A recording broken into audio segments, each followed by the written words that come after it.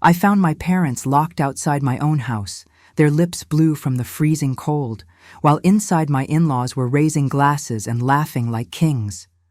My mom's hands were trembling, my dad's eyes dull from the icy wind, and yet through the frosted window I saw champagne pouring, music blasting, and my husband's family dancing like nothing was wrong. That night I realized the people I had trusted most didn't just disrespect me.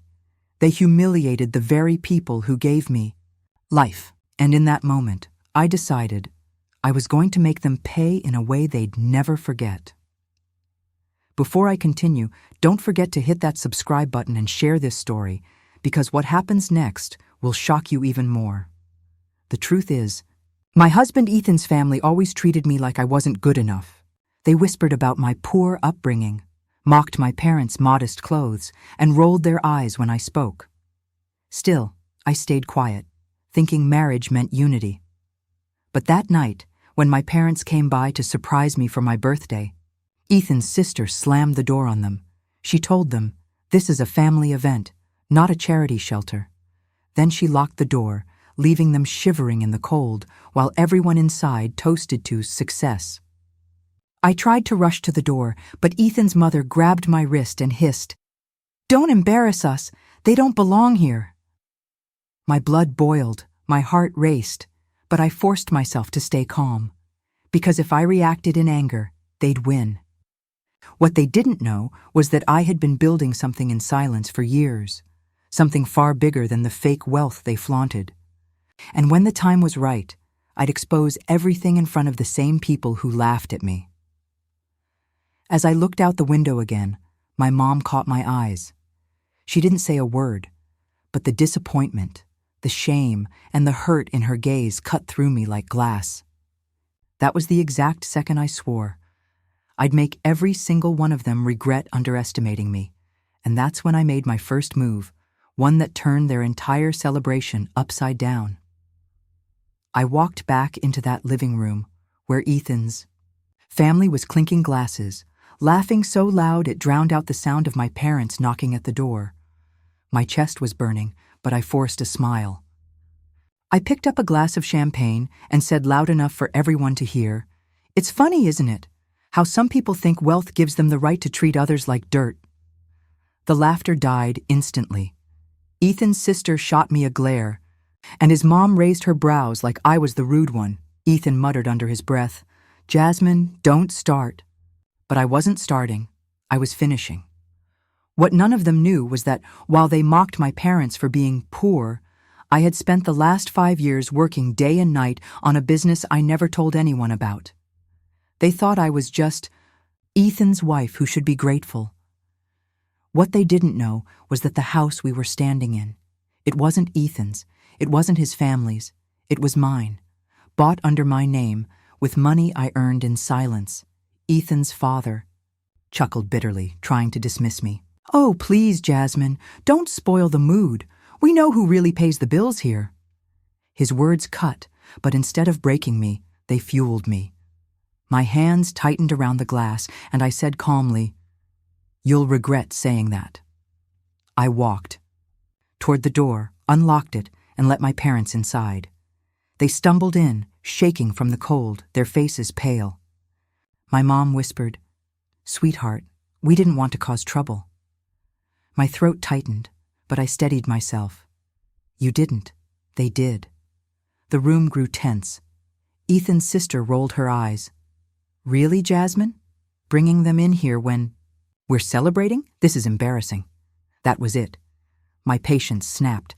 I turned to her and said, "Embarrassing? Do you even know whose house you're standing in? Do you know whose money paid for the roof over your head tonight?" Silence was deafening. Every single face turned toward me, some in disbelief, some in annoyance. Ethan's mother let out a mocking laugh. "Oh, please, what are you talking about?" I smirked, finally ready to reveal the secret I had been keeping for years. But I didn't drop the bomb yet. I leaned forward, looked her straight in the eye, and whispered, "You'll find out soon enough." Because the real shock was still coming. The party atmosphere shattered the moment my words hung in the air. I could see confusion twist across Ethan's father's face while his mother smirked, convinced I was bluffing. Ethan tried to laugh. It off, putting an arm around me. She's just emotional. Ignore her. But I shoved his hand away. My voice was steady when I said, "No, Ethan. Tonight they'll hear the truth." I walked to the fireplace where the family's framed photos were lined up. Weddings, vacations, Ethan's graduation, all showing off their so-called perfect life.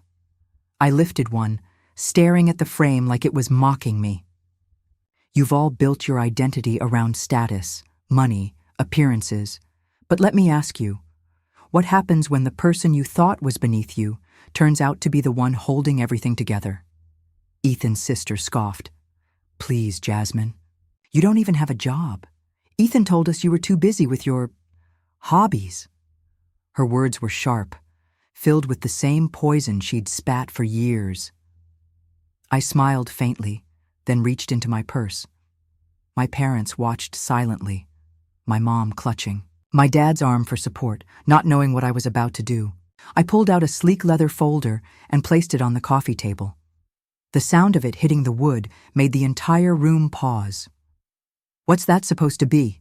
Ethan's father demanded. I flipped it open, revealing stacks of documents, contracts, bank statements, property deeds. Their faces leaned closer, eyes narrowing as realization dawned. My voice didn't shake. This house? The cars you flaunt when you come to visit? Even the company Ethan brags about working for? They're under my name. I built them. I funded them. I own them. Gasps rippled through the room. Ethan's sister's glass slipped from her hand and shattered against the floor. His mother's face went pale, her smirk erased. Ethan stuttered. Jasmine, what is this? You're lying. You can't what? I cut him off. Can't be smarter than you, can't be richer, can't be the reason you're all standing here tonight. Because the truth is, while you laughed at my parents, while you mocked me for not being one of you, I was building an empire right under your noses. The silence was suffocating. My parents stood frozen, their eyes wide with disbelief. My dad whispered, Jasmine, you never told us. I looked at him, my heart tightening. Because I wanted tonight to be the night the world saw who really held the power. And just as the room began to buzz with panic and whispers, I dropped the final line that made their blood run cold. You didn't just disrespect my parents, you disrespected the owners of everything you're standing in. The shock on their faces was priceless, but it was only the beginning of how I planned to make them pay. Ethan's father was the first to recover from the shock, his face turning red with anger. He slammed his hand on the table. This is ridiculous. You expect us to believe you've been running companies behind our backs? You can't even manage a dinner party without causing drama. His voice boomed, but there was fear in his eyes, a flicker he couldn't hide. I leaned closer, lowering, my voice so it cut sharper than his shout. Go ahead, deny it. But while you're busy yelling, take a look at the names on those documents. Every contract, every deed, every account. It doesn't say Ethan. It doesn't say Walker family. It says Jasmine Carter. That's me. And the best part, you've all been living off me without even knowing it. The room erupted. Ethan's sister grabbed the folder, flipping through the papers frantically. Her face drained of color with each page. No, this isn't possible. Ethan's mother snatched a bank statement and gasped at the numbers staring back at her. Millions. More money than their family had ever bragged about having. Ethan looked like he had been punched in the gut. Jasmine, how? When? You never. Even. I cut him off, my voice sharp.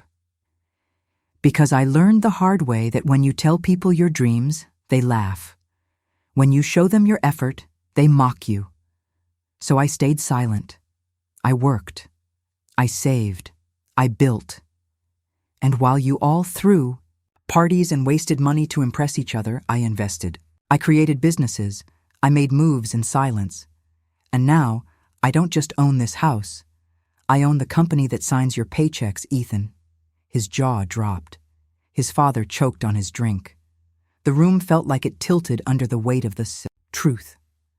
My mom gasped softly, covering her mouth, while my dad's chest swelled with a pride he could barely contain. But I wasn't finished. I turned to Ethan's mother, the woman who had tried to keep my parents out in the freezing cold just an hour earlier. You called them a burden. You treated them like they didn't matter. Tell me, how does it feel knowing the people you mocked are the parents of the woman who owns everything you've been bragging about? She stuttered, unable to form a sentence. The smug confidence she wore like a crown was gone, replaced by panic. Ethan's sister finally snapped. This doesn't change anything. Money doesn't make you better than us. You'll always be that. Poor girl from nowhere. You'll never be one of us. I smiled coldly. You're right. I'll never be one of you. Because I'm better. I built something real. And tonight, the only people I want by my side are the ones who never doubted me. I turned to my parents and extended my hand. My mom's eyes filled with tears as she placed her hand in mine. My dad's voice cracked as he said, "We don't need their approval anymore. You've already given us everything." The family sat frozen, their pride crumbling in silence when I made the final announcement. Pack your things. This party is over. Because as of tonight, this house doesn't belong to you. It never did. And tomorrow morning, the locks will be changed. The gasps were like music. Ethan stumbled toward me, desperation written all over his face. "Jasmine, please. You can't do this. I'm your husband." I looked him dead in the eye. "No, Ethan. You were my biggest mistake, and tonight you get to watch as I erase that mistake for good." The room fell silent. The champagne glasses, once raised in arrogance, now stood untouched. Every face was pale, every ego shattered. My parents stood taller, finally respected, while I held the power they thought I'd never have. And yet, deep inside me, I knew the final blow hadn't even landed, because the world outside this house was about to find out the truth too, and their humiliation had only just begun. The next morning, the headlines did all the work for me. I had sent every document, every ownership paper, every financial record straight to the press. Silent billionaire revealed. Daughter-in-law owns Empire husband's family, claimed as theirs. By noon, Ethan's proud parents were flooded with calls, not of praise, but of shame. Their neighbors whispered, their so-called friends vanished, and their family name became a joke. My phone buzzed with desperate messages. "Please fix this. Take it down. We'll apologize." But I didn't reply. Instead, I walked into a press conference that evening with my parents by my side. Cameras flashed, reporters shouted questions, and I smiled as I said, "This is my family, the ones who stood by me when no one else did." The rest? They were only pretending. The roar of applause drowned out everything else. My parents' eyes shone with pride, and for the first time, they weren't seen as poor or less than. They were honored, respected, because of me and Ethan. He tried to step forward, to claim me as his wife, but I stopped him cold with just one line. "You lost me the night you locked my parents out, and trust me, you'll never get me back." The look on his face was priceless. Shattered, defeated, humiliated in front of the world. That was the moment I knew my revenge was complete.